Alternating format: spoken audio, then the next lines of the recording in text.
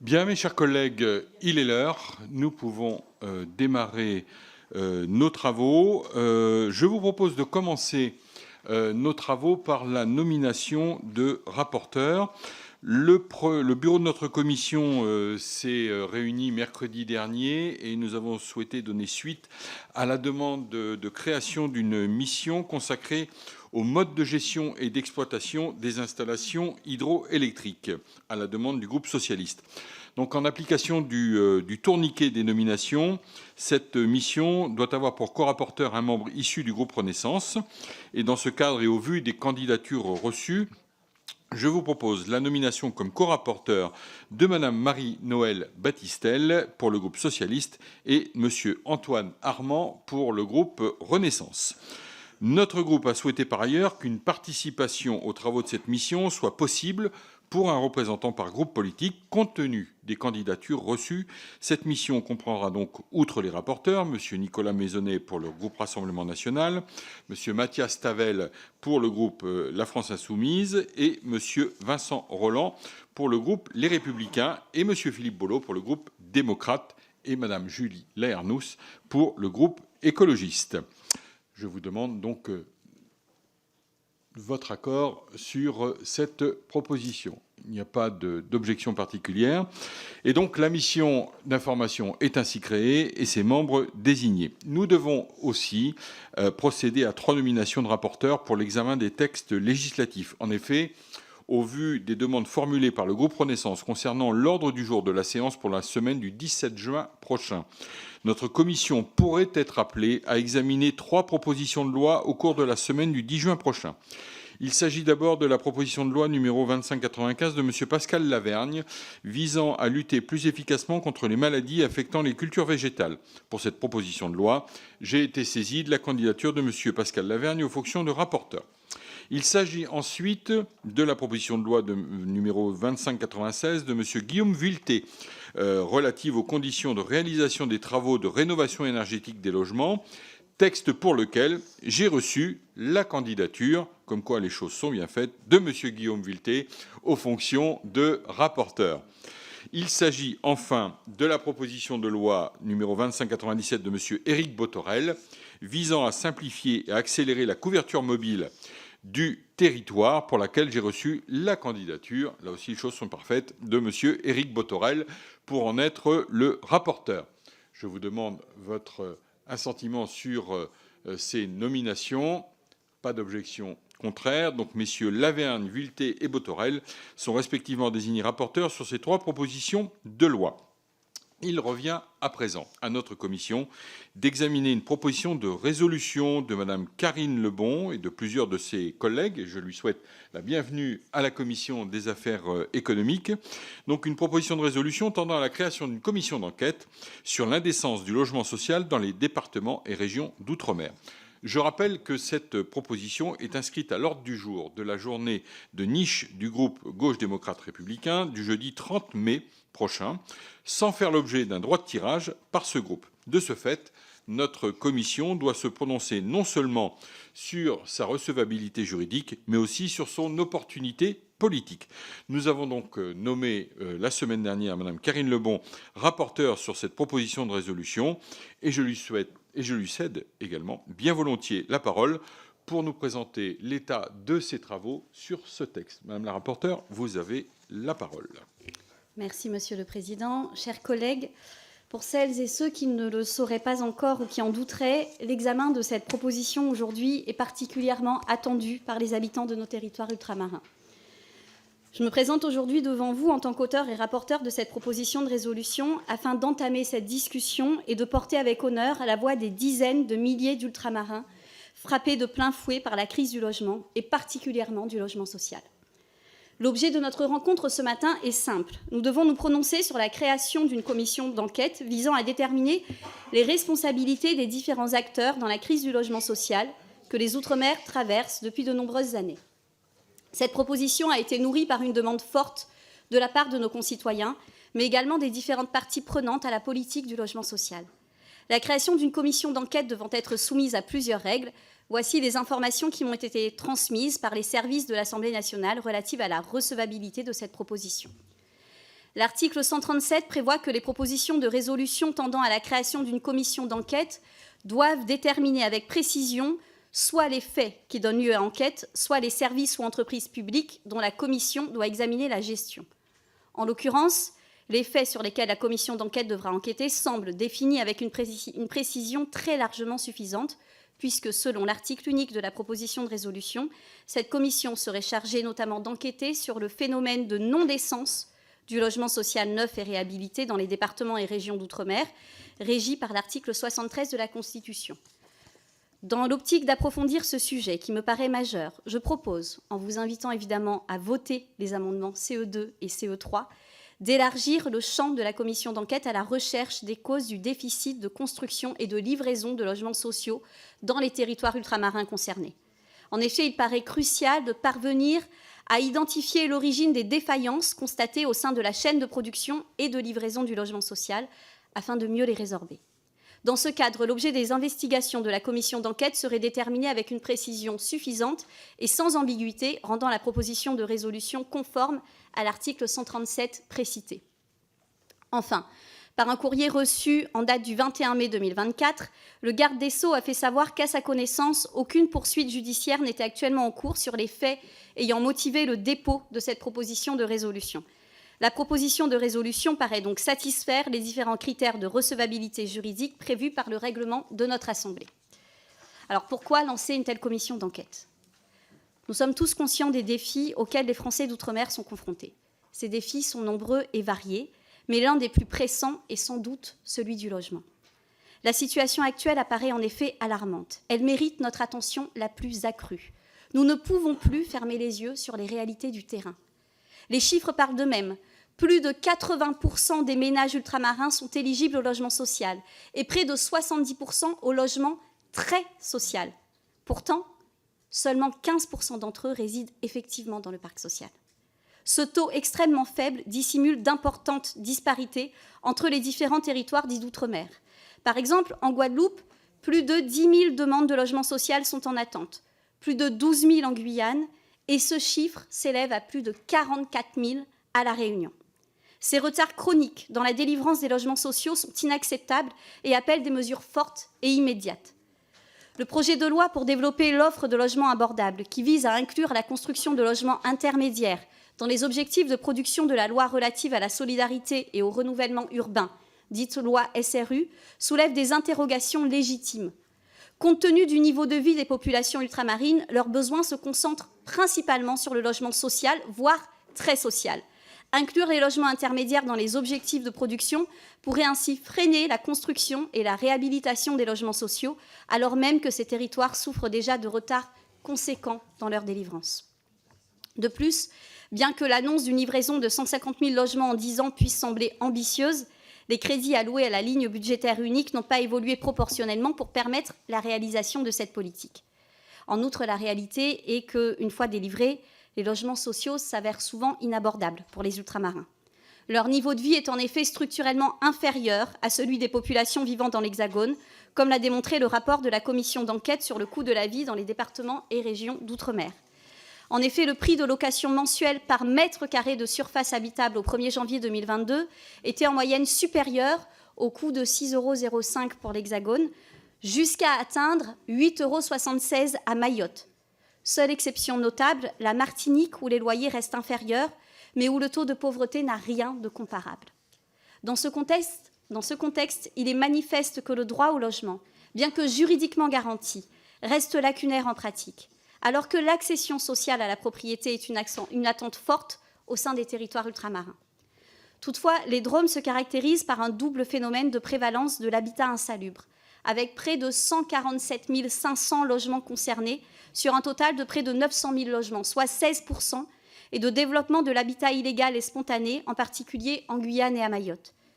La problématique de la non-décence des logements recouvre autant les enjeux d'insalubrité que de dangerosité du bâti. Cette situation est humainement intolérable. Nombre d'ultramarins ne trouvent plus de solution d'hébergement durable et sont contraints de vivre dans la rue ou de s'accommoder d'une qualité de vie médiocre et dangereuse pour leur santé mentale et physique. Ce phénomène est également observé bien souvent à l'issue d'opérations de réhabilitation. L'âge moyen du parc social ultramarin s'établit à 19 ans contre 39 ans dans l'Hexagone et les logements sociaux construits dans ces territoires nécessitent des réflexions d'ampleur car ils sont plus rapidement concernés par l'obsolescence. Il est dès lors incompréhensible pour les habitants que leur logement neuf se dégrade plus rapidement que certains logements anciens. Cette commission d'enquête sera ainsi l'occasion d'analyser les données statistiques relatives à la non-décence du logement social qui apparaissent fréquemment sous-évaluées, de déterminer les causes des défaillances dans la chaîne de livraison des logements sociaux en Outre-mer et enfin de s'enquérir sur l'existence de malfaçons qui mettent en lumière le manque de contrôle a priori et a posteriori des constructions de logements sociaux. En effet, alors que 45% du financement des programmes de logements sociaux relève de subventions à La Réunion, contre 28% dans l'Hexagone, les contrôles opérés par les services de l'État sur la qualité des matériaux utilisés et des lots livrés une fois l'agrément accordé apparaissent lacunaires, sinon inexistants. Il est dès lors fréquent que des arrêtés de péril soient pris sur des logements neufs, obligeant parfois à décider la destruction de bâtiments nouvellement livrés en raison du risque imminent qu'ils représentent pour la sécurité des occupants. Or, en tant que contributeur principal, l'État se doit d'assurer pleinement le contrôle du respect des normes de construction, le manque d'effectifs ne pouvant légitimer constamment cette situation de fait. Cette commission d'enquête semblera donc adresser une appréciation à la fois objective, globale, détaillée et pragmatique de l'ensemble des causes qui contribuent directement ou indirectement au désordre constaté dans le logement social neuf et réhabilité, afin d'y apporter des réponses à la hauteur des enjeux pour les populations ultramarines. Je tiens à insister ici sur l'importance de cette démarche. Ainsi, les différentes réunions de travail avec les principaux acteurs concernés, notamment celles s'étant tenues à La Réunion le 3 février 2024 avec la Confédération nationale du logement et des représentants d'usagers, mais également les rencontres avec le préfet et les bailleurs sociaux, ont témoigné d'un large consensus pour mettre en œuvre cette commission d'enquête. L'ensemble des acteurs locaux ont exprimé le besoin de voir des actions concrètes être mises en place pour remédier à cette situation alarmante. Dès lors, chers collègues, il est de notre devoir de répondre à cet appel. Nous ne pouvons plus ignorer les souffrances de nos concitoyens ultramarins. Nous ne pouvons plus tolérer que des familles vivent dans des conditions indignes, dans des logements insalubres et dangereux. Il est grand temps de prendre des mesures concrètes et efficaces pour améliorer la situation du logement social dans les départements et régions d'outre-mer.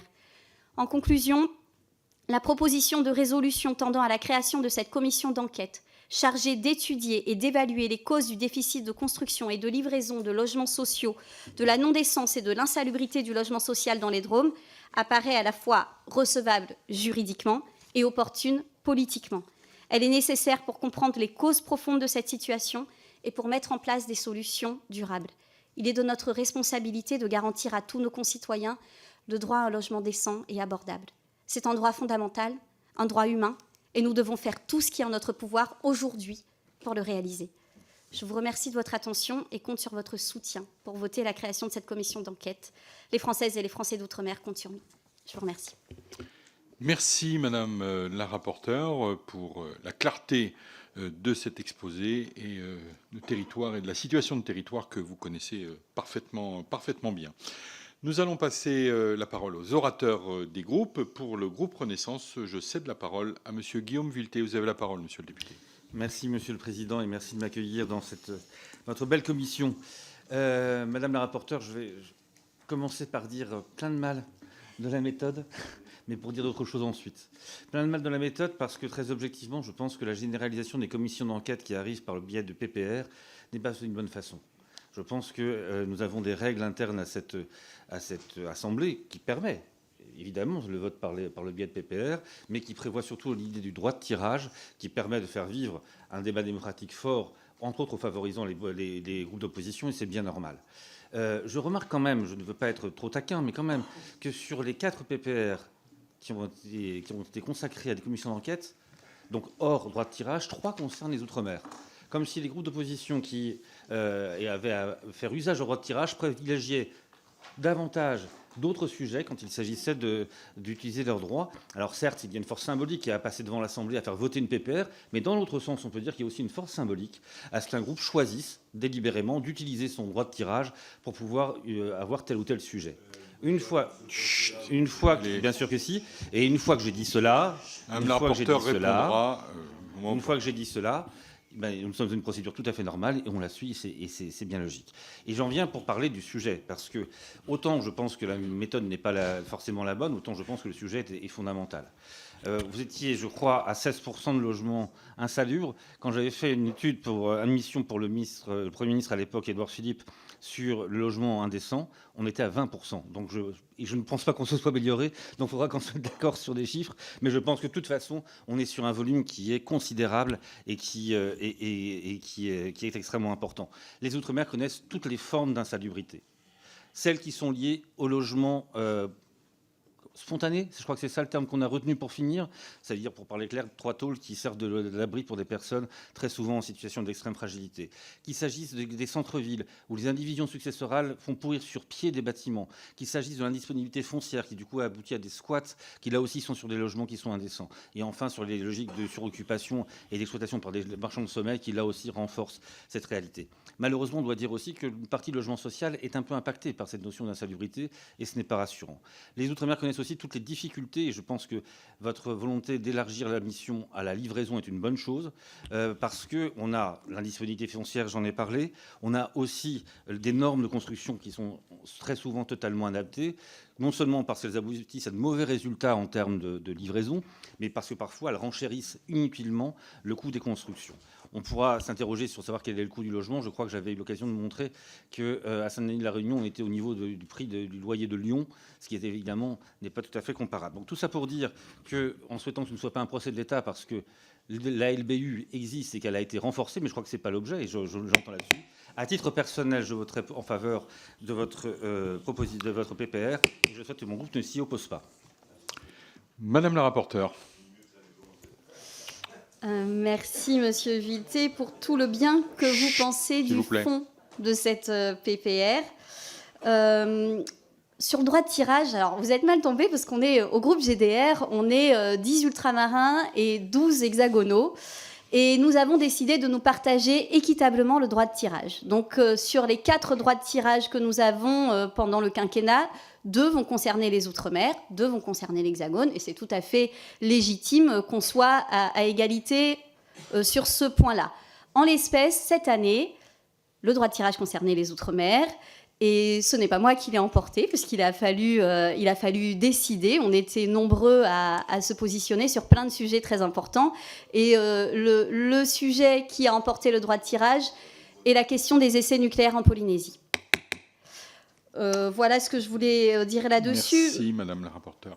Vous pourrez, mais oui, c'est déjà fini. Mais vous pourrez revenir à l'issue des questions individuelles. Vous pourrez redévelopper sur un certain nombre de sujets. Je vais passer la parole désormais au groupe Rassemblement National.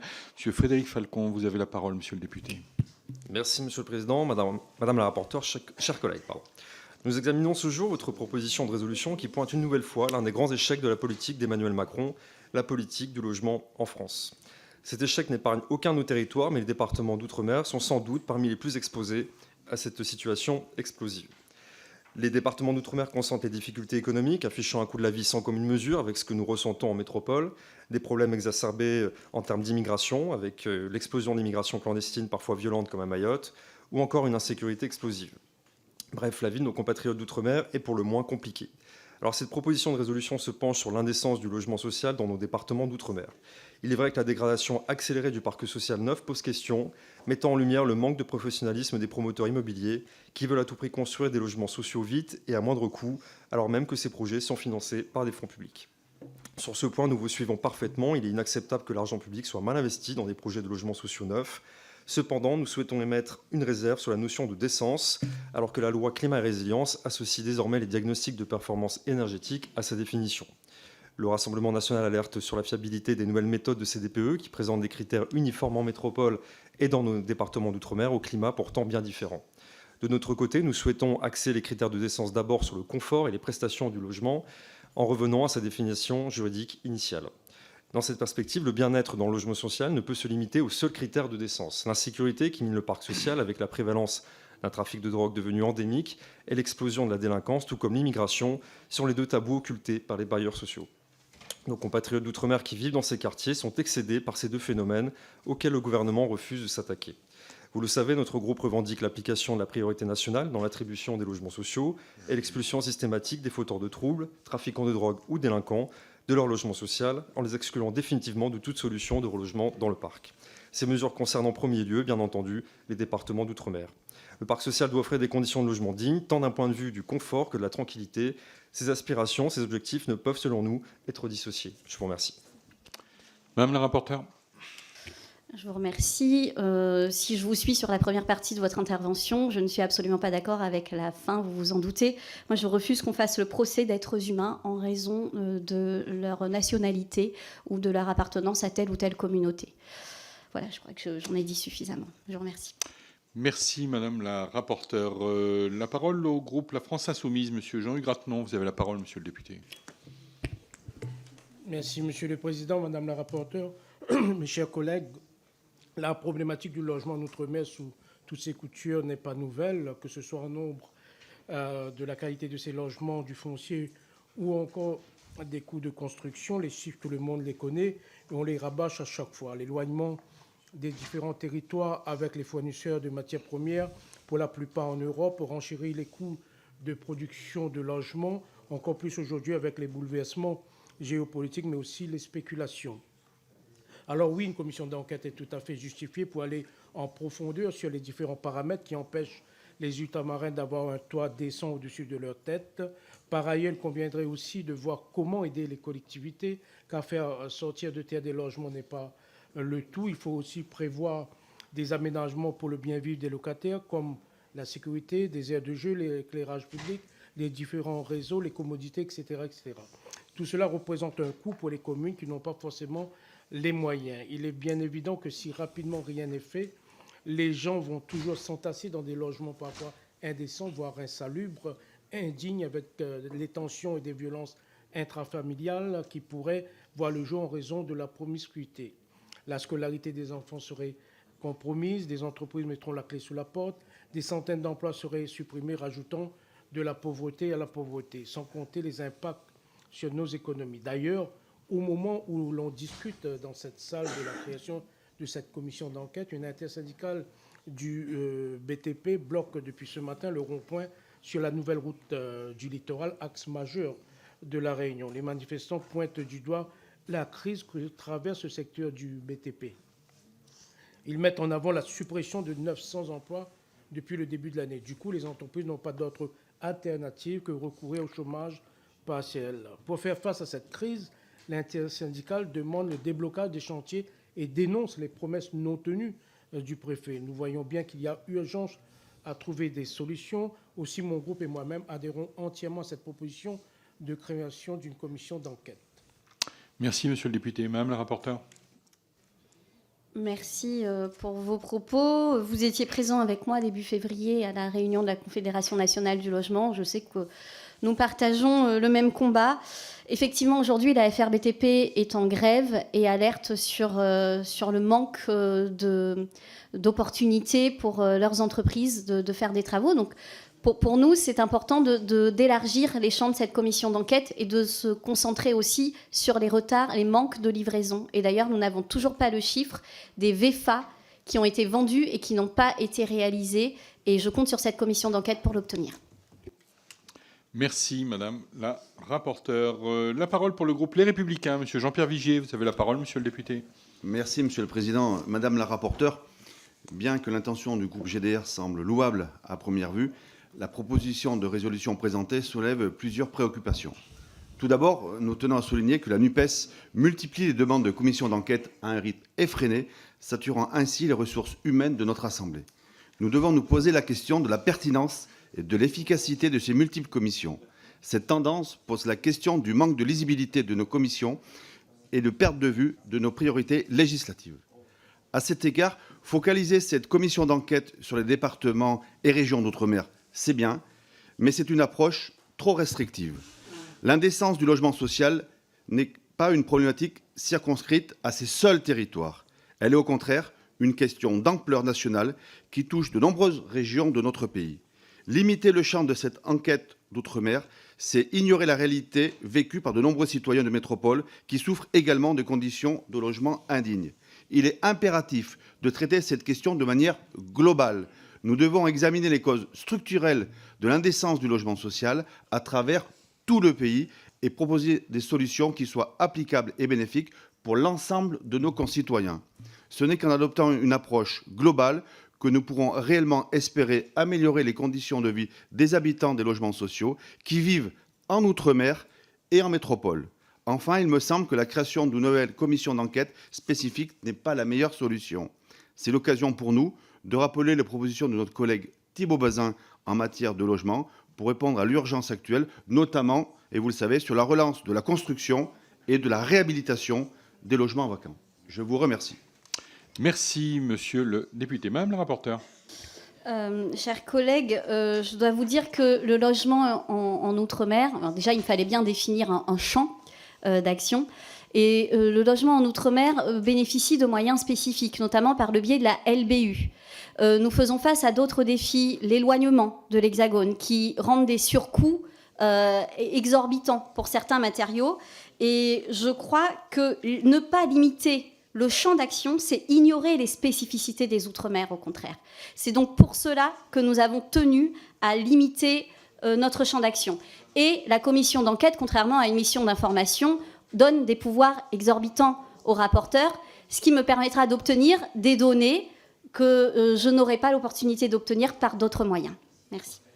Merci, madame la rapporteure. Pour le groupe démocrate, je cède la parole à madame Louise Morel. Vous avez la parole, madame la députée. Merci, Monsieur le Président. Madame la rapporteure, la situation du logement social dans les territoires d'outre-mer est préoccupante et soulève de nombreux défis que vous avez rappelés. Le groupe démocrate voudrait vous remercier d'avoir relevé l'importance de ce sujet qui touche à la dignité et au respect de nos concitoyens ultramarins, à savoir l'indécence du logement social.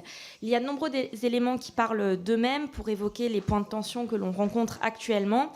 La crise du logement social est exacerbée par la croissance des habitats informels, les retards de livraison des logements sociaux, les contraintes géographiques et climatiques, mais aussi les difficultés d'approvisionnement en matériaux de construction. Il y a d'autre part un manque de contrôle sur la qualité des matériaux et des constructions finies qui contribuent à des problèmes de durabilité et de sécurité. Et pour y remédier, de fait, les autorités ont mis en place des mesures pour lutter contre l'habitat informel qui conduisent à des opérations de destruction d'habitats non conformes, comme cela a été le cas à Mayotte en 2021. Excusez-moi, madame la députée. Il y a un petit bruit de fond qui est vraiment très désagréable pour les orateurs. Merci de respecter leur travail. Allez-y, madame la députée. Merci, monsieur le président.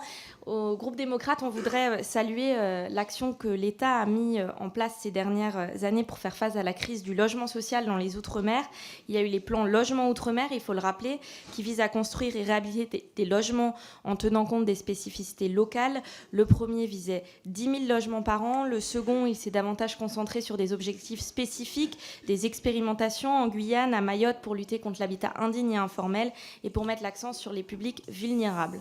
Dans la poursuite de ces objectifs, on voudrait également rappeler que les crédits alloués à la ligne budgétaire votée en loi de finances depuis 2020 ont augmenté de 32%, ont atteint 291 millions d'euros en 2024. Et en parallèle de l'action de l'État, on peut aussi souligner une série d'initiatives par les acteurs de la politique du logement en Outre-mer. Le groupe Action Logement, par exemple, a mobilisé un plan d'investissement de 1,5 milliard d'euros en janvier 2019 pour améliorer la situation dans 17 000 logements et permettre l'aide à l'accession sociale en parallèle de tout ça de 25 000 autres logements. C'est aussi le cas de l'Union sociale pour l'habitat. Donc plus globalement, sur ce sujet du logement social dans les Outre-mer, en parallèle de toutes ces actions, on voudrait quand même aussi souligner qu'il y a déjà eu un rapport sénatorial en 2021, un autre de la Cour des comptes en 2020. Alors, on connaît l'importance du sujet, mais on pense qu'il est déjà bien documenté et on ne souhaite pas cautionner la création d'une nouvelle commission d'enquête. C'est la raison pour laquelle le groupe démocrate s'abstiendra sur ce sujet. Mais bien entendu, si des avancées législatives sont nécessaires, nous pourrons les acter dans le projet de loi qui a été récemment présenté sur le logement social. Je vous remercie. Merci, madame la députée. Madame la rapporteure. Oui, merci beaucoup pour vos propos. La commission d'enquête que je souhaite mener n'est absolument pas le procès de l'État et ça permet de répondre également au collègue Vuilletet. Moi, je n'enquête pas pour que les conclusions soient conformes aux préjugés que je pourrais avoir. Donc, je crois que ça, c'est important. Je ne nie pas les moyens conséquents. Le problème, C'est qu'aujourd'hui, on a une crise qui est sans commune mesure et qui n'arrête pas d'augmenter. À La Réunion, en 6 mois, on est passé de 39 000 demandes de logement à 44 000. Donc, depuis 2021 ou 2022, la situation s'est largement dégradée. Donc, encore une fois, l'objectif, c'est pas de taper sur l'État, c'est de comprendre les causes qui ont conduit à cette situation et d'essayer de trouver de nouvelles solutions. Merci, Madame la rapporteure. La parole pour le groupe socialiste, Monsieur Dominique Potier. Vous avez la parole, Monsieur le député. Merci, Monsieur le Président. Saluer tout d'abord le groupe de la gauche démocrate et républicaine d'avoir consacré une partie de sa journée réservée pour évoquer la situation du logement social outre-mer. Depuis 2018, la politique du logement de cette majorité des gouvernements successifs a fait s'effondrer la production de nouveaux logements. Ce sont 170 000 logements neufs de moins sur un an au premier trimestre de cette année par rapport à la même période avant l'entrée en fonction d'Emmanuel Macron en 2017. La dynamique est la même, notamment à la suite de la mise en œuvre de la réduction du loyer de solidarité. Il manque aujourd'hui plus de 30 000 logements sociaux neufs par an. Dans les départements et régions d'outre-mer, la situation est encore plus terrible. Le nombre de logements sociaux livrés en 2022 est de presque moitié de celle de 2017. Et pour les logements très sociaux, on est sur une baisse de 2/3. Avec des chiffres de l'accession à la propriété qui ne sont pas meilleurs, les parcours résidentiels sont en panne et il devient impossible de résorber l'habitat indigne qui représente 1/7 du parc et 600 000 de nos concitoyens aujourd'hui, d'après la Fondation Abbé Pierre. À cette insuffisance de la production de logements, en particulier sociaux, s'ajoute un vieillissement accéléré des logements sociaux existants et neufs. C'est la focale de la résolution de nos collègues. Les territoires dits d'outre-mer font bien entendu face à ces enjeux spécifiques liés au climat, au coût des matériaux de construction, à la concurrence sur certains segments économiques avec des phénomènes de monopole, comme cela a été bien documenté par la commission d'enquête de notre collègue Johnny Aya. Mais ces contraintes ne sauraient tout expliquer. Il nous faut donc mieux comprendre les causes des difficultés particulières que connaît le logement social outre-mer et de la production et de la qualité de la construction à la réhabilitation en passant par le financement. Chacun doit pouvoir accéder à un logement digne et abordable dans tous les territoires de la République. Vous proposez à cet égard, Madame la rapporteure, d'élargir par amendement le périmètre initial de votre commission d'enquête en ce sens, ce qui nous semble nécessaire et même indispensable, et nous y souscrivons pleinement. Notre groupe soutient avec enthousiasme cette proposition de résolution. Je vous remercie. Merci, Monsieur le député. Madame la rapporteure. Merci. Alors, pas de question dans votre intervention, mais ça me permet de saluer l'excellent travail qui a été fourni par Johnny Ajar lors de la commission d'enquête sur le coût de la vie dans les Outre-mer. Merci, Madame la rapporteure. La parole pour le groupe Horizon à Monsieur Thierry Benoît. Vous avez la parole, Monsieur le député. Merci, Monsieur le Président. Madame la rapporteure, avec les collègues du groupe Horizon, nous soutenons votre demande de commission d'enquête. Je le dis d'emblée. Et je dis aux collègues que, bon, je comprends bien les éléments de fond, les éléments de surcharge de travail pour l'administration de l'Assemblée nationale, mais je voudrais quand même dire ici que la commission d'enquête, c'est certainement le plus bel outil à la disposition des parlementaires, et notamment des députés, pour approfondir un dossier. J'ai eu dans le passé l'honneur de présider une commission d'enquête. Je vous assure que c'est un travail approfondi. Et les députés, il ne faut pas s'en priver, parce que si on a un vrai rôle pour améliorer, travailler les sujets en profondeur et les améliorer, c'est le meilleur outil, c'est la commission d'enquête. C'est le premier point. Le deuxième point, Madame la rapporteure, je vous fais confiance, à vous et votre groupe. Pourquoi ? Parce que le groupe communiste, historiquement, c'est un groupe comme d'autres groupes, mais ce n'est pas le cas forcément de tous les groupes, mais composé d'un certain nombre de députés qui, avant d'être parlementaires, ont été des praticiens de terrain. Souvent, ils ont été maires, ils sont enracinés dans leur territoire. Et en matière de logement, vous avez un collègue qui est, enfin moi, dont je reconnais les compétences, c'est Stéphane Peu. En matière de logement, il a des connaissances et des compétences. Pardon pour monsieur Jumel. Le troisième point, la spécificité des Outre-mer, moi, personnellement, je l'ai connue dans le passé, parce que j'ai siégé une dizaine d'années avec des collègues députés de Nouvelle-Calédonie. Philippe Gomez, Philippe Dunoyer, qui siège encore ici à l'Assemblée nationale, et la maire actuelle de Nouméa, Sonia Lagarde. Et souvent, ces députés nous ont présenté les spécificités de leur territoire. Et depuis ma Bretagne natale, je regarde les Outre-mer, y compris l'actualité en Nouvelle-Calédonie, avec une réelle affection, parce que je considère que ces habitants sont des Français comme moi, mais je regrette de ne pouvoir avoir une connaissance plus approfondie de ces questions.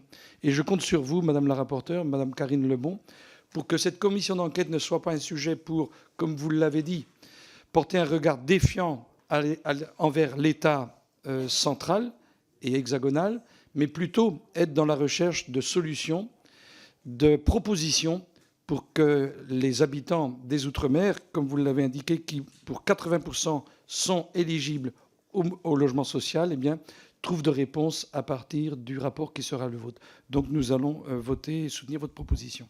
Merci. Merci, monsieur le député. La sagesse arrive toujours par l'ouest, madame la rapporteure. Alors merci pour vos propos. Ça me permet de rebondir sur une intervention précédente où on parlait du manque d'effectifs de l'Assemblée nationale et de la charge de travail pour les administrateurs. J'en conviens. Effectivement, il y a un grand nombre de commissions d'enquête qui est créée en ce moment, mais le manque d'effectifs, il ne peut servir de prétexte à refuser une commission d'enquête, chers collègues des Républicains. Vraiment, il me semble que le sujet est majeur et nous devons nous en préoccuper. Donc merci pour vos mots sur l'importance de la commission d'enquête. Merci, madame la rapporteure.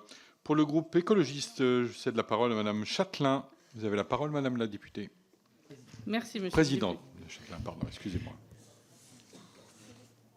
Merci. Monsieur le Président, Madame la rapporteure, chers collègues, je tiens tout d'abord à remercier la rapporteure Karine Lebon ainsi que l'ensemble du groupe GDR pour le dépôt de cette proposition de résolution que le groupe écologiste soutiendra pleinement. Et je souhaite rejoindre les propos du collègue qui a parlé juste avant moi pour dire que la commission d'enquête est non seulement un outil particulièrement puissant, particulièrement intéressant pour construire des réponses, mais elle est aussi ce qui permet à un député de faire pleinement son rôle. Parce que si un député a un rôle de législateur, il a aussi un rôle de contrôle du gouvernement et de son action. Et donc c'est pour cela que nous avons des commissions d'enquête. Et oui, aujourd'hui, nous devons marcher sur deux jambes. Nous devons exercer un rôle de législation et un rôle de contrôle, d'autant plus que sur ce sujet, il y a de quoi se poser des questions. Il y a 10 ans déjà, un rapport d'information sénatoriale réalisé par le député, le sénateur UMP Henri Thorey, alertait sur la situation du logement d'outre-mer. Il écrivait « L'urgence de la situation, certaines familles vivant aujourd'hui dans des situations d'insalubrité qui ne sont pas dignes de la République ». Et 10 ans plus tard, les situations s'est encore aggravées et dégradées malgré les alertes répétées. Il y a donc matière aujourd'hui à étudier les raisons pour lesquelles il y a un tel taux d'insalubrité, pourquoi les livraisons de logements neufs ne sont pas au niveau de qualité requis pour avoir une vie digne, que ce soit les questions des infiltrations d'eau, les murs dégradés, la peinture qui tombe, en fait tout ce qui peut mettre aujourd'hui même en danger la santé de nos concitoyens et malheureusement bien trop souvent de mères seules avec leurs enfants. Et je tiens enfin à rappeler que les territoires d'outre-mer font partie des territoires français qui sont les plus exposés aux impacts du changement climatique, que ce soit les cyclones, les inondations, les submersions marines, les canicules. Et si nous avons un parc de logements fortement fragilisé, cela ne fera qu'accroître la vulnérabilité des populations exposées. Donc la situation est intolérable. Donc je tiens de nouveau à renouveler mon remerciement à l'ensemble du groupe GDR et à la rapporteuse. Nous serons, non seulement nous le voterons, mais nous serons à vos côtés pour trouver des solutions. Parce que 10 ans après, il est temps d'agir pour trouver des solutions, pour avoir enfin un logement de qualité dans les territoires ultramarins. Merci Madame la Présidente. Madame la rapporteure. Merci Madame la Présidente. C'est vrai que le problème du logement est un problème d'ampleur. Je le redis, quand je reçois les habitants de ma circonscription, j'ai systématiquement des citoyens qui viennent me voir pour un problème de logement. J'ai accompagné un monsieur qui a vécu plus d'1 an dans sa voiture alors qu'on lui avait attribué un logement social. Mais c'était un logement social neuf et la mise en électricité n'était pas faite. Et différents acteurs se sont renvoyés la balle pendant plus d'1 an. Et pendant plus d'1 an, il a vécu dans sa voiture comme ça. Donc ce sont des choses, c'est pour ça aussi que je voulais élargir ce champ de la commission d'enquête pour comprendre le manque de livraison des logements sociaux. Donc nous, on a fait des courriers aux différents acteurs pour leur dire, écoutez, trouvez une solution. Et ces logements ont pu être livrés finalement suite à plusieurs interventions. Merci Madame la rapporteure. Je passe la parole au groupe Gauche démocrate républicaine. Monsieur Sébastien Jumel, vous avez la parole, monsieur le député. Merci Président. Bon, d'abord, je veux remercier Karine Lebon pour l'intelligence, l'énergie qu'elle met au service du groupe GDR au quotidien. Manière pour moi de dire que pour nous, la composante ultramarine membre à part entière du groupe GDR, est une richesse considérable qui fait aussi l'originalité de l'apport du groupe GDR. Deuxième remarque, le logement social n'est évidemment pas, et c'est problématique. Édouard Philippe a dit que c'était la bombe sociale d'aujourd'hui. Elle n'est pas circonscrite aux Outre-mer, mais force est de constater que les problématiques soulevées par notre collègue sur les logements neufs indécents, c'est une problématique spécifique à l'Outre-mer, exacerbée à La Réunion, mais spécifique à l'Outre-mer. Et ça justifie en soi un zoom, ça justifie que les parlementaires, dans leurs prérogatives de contrôle, puissent comprendre pourquoi, sans préjugés, mais en tentant d'en tirer l'analyse et d'en tirer des solutions. Et je le dis à notre collègue Vigier, seules les prérogatives de la commission d'enquête, avec leur pouvoir exorbitant, y compris de saisine sur pièce et sur place d'éléments, permettent cela. C'est la raison pour laquelle cette commission d'enquête est parfaitement légitime. Donc voilà, tout ça milite, mais j'ai bon espoir, en ayant entendu l'ensemble des intervenants, que la sagesse et l'intelligence l'emportent dans cette commission ce matin, pour permettre donc non seulement d'identifier les problèmes posés et de faire du logement social en Outre-mer une priorité. Je finis en disant qu'il y a le texte et il y a le contexte. Et je pense que la situation des Outre-mer, la défiance, l'épaisseur de la colère en Outre-mer justifie qu'on pose des actes symboliques de respect et de prise en compte des spécificités des territoires ultramarins. Et cette commission d'enquête, cette proposition porte aussi cela. Je crois que notre collègue Benoît a bien perçu la portée symbolique de la proposition réalisée par Karine Lebon. Merci, monsieur le député. Madame la rapporteure. Allez-y. Merci. Bon, pas grand-chose à redire. Je remercie évidemment mon collègue Sébastien Jumel et j'en profite, puisque le président est arrivé également, pour remercier le groupe GDR dans son ensemble pour la place qu'il fait aux députés des Outre-mer au quotidien. Je parlais du droit de tirage tout à l'heure, mais nous avons aussi une répartition égale des textes lors de la niche parlementaire, avec un texte des Outre-mer qui arrive en premier et une alternance ensuite parfaite des textes des Outre-mer et des textes de l'Hexagone. Et je pense que c'est assez rare pour le souligner. Merci, madame la rapporteure. Nous terminons avec le groupe Liberté Indépendant Outre-mer et Territoire, avec monsieur Benjamin Saint-Huil. Vous avez la parole, monsieur le député. Merci, monsieur le président, madame la rapporteure. Avant de parler de l'indécence des logements dans les départements et régions d'outre-mer, je veux quand même saluer l'agilité intellectuelle de notre collègue Falcon du Rassemblement national, qui a réussi à faire un lien avec le logement social de délinquance, immigration, trafic de drogue, priorité nationale, exclusion des fauteurs de troubles, et qui a conclu en disant, en premier lieu, les territoires d'outre-mer. Quand on n'a rien à dire, on recycle des arguments qui n'ont rien à voir avec le sujet, c'est la démonstration du creux. Une fois qu'on a dit ça, et je salue les collègues, parlons maintenant de vos travaux, madame la rapporteure, en saluant l'initiative du groupe GDR. Moi, j'appartiens à un groupe qui, comme vous, participe à une dimension ultramarine revendiquée, forte et assumée. Et donc, nous sommes tout à fait enclins à accompagner la proposition qui est la vôtre parce qu'elle va dans le bon sens. Si tout le monde l'a dit ici, il ne s'agit pas de faire le procès de l'État. Il ne faut quand même pas non plus mettre toute la poussière sur le tapis. Les responsabilités ne viennent pas de nulle part. Le logement social en France, il connaît une crise. Certains parlent de bombe sociale. Il y a quand même quelques décisions ces dernières années qui ont marqué un coup d'arrêt net sur le logement social. À chaque fois, j'ai l'occasion de le dire ici. On dirait que ça vient de nulle part, c'est la main invisible du marché. Pour le coup, le marché du logement social a été largement contraint par un certain nombre de décisions que les gouvernements successifs depuis 2017 ont prises, notamment sur la production. Bref, passons.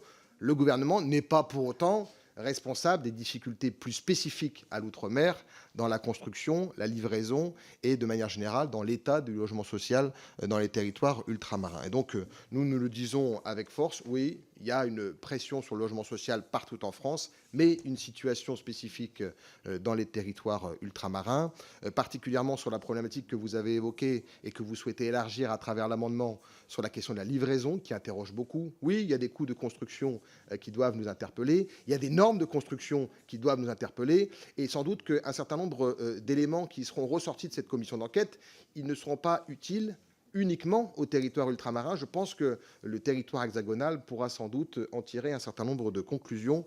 Pour toutes ces raisons, nous soutiendrons avec intérêt et vigueur cette proposition. Je vous remercie. Merci, monsieur le député. Madame la rapporteure. Et vous pouvez conclure ensuite pour les questions qui vous ont été posées et sur lesquelles vous n'auriez pas eu le temps d'apporter des réponses. Merci beaucoup, Monsieur le Président. Merci beaucoup pour vos propos qui sont très très clairs sur le fond et sur la forme aussi qu'ont pu prendre certaines interventions. Oui, les responsabilités des uns et des autres doivent être déterminées, l'État y compris. Mais l'État n'est pas le seul responsable, et vous l'avez très bien dit.